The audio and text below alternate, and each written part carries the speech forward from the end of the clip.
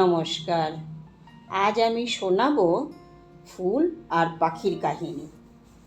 পাখি একদিন ফুলকে জিজ্ঞেস করলো, ও ফুল, তোমার এত অহংকার কেন? তোমায় যখনই বলি আমি তোমায় ভালোবাসি, তুমি উত্তর দাও না। তোমায় বলি তোমার হাত ধরে চলতে চাই, তুমি বলো সমাজ মানবে না। আচ্ছা ফুল, সমাজ কি তোমায় আদৌ ভালোবাসে?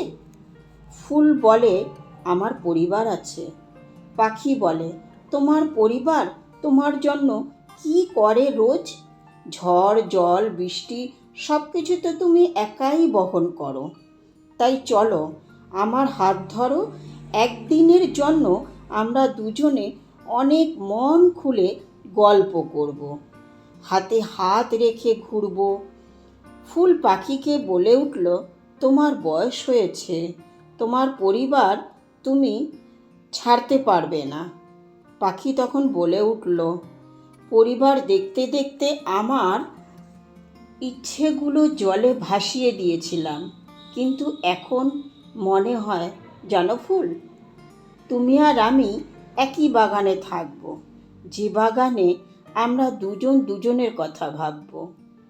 পরিবার আমার তোমার কথা কখনোই ভাবেনি, ওরা নিজেদের কথা ভেবেছে।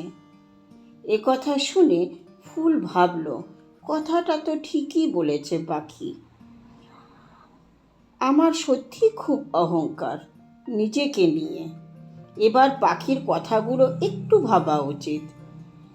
এই ভেবে ফুল পাখিকে বুদ্ধি দিল, আমায় তুমি তোমার ঠোঁট দিয়ে উড়িয়ে নিয়ে চলো তোমার মনের মতো স্থানে। তোমার ঠোঁট দিয়ে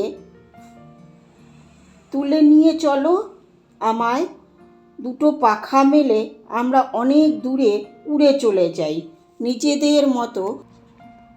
তাই বন্ধুরা, কিছু কিছু মানুষের জীবনও না এইরকম মুহূর্ত আসে।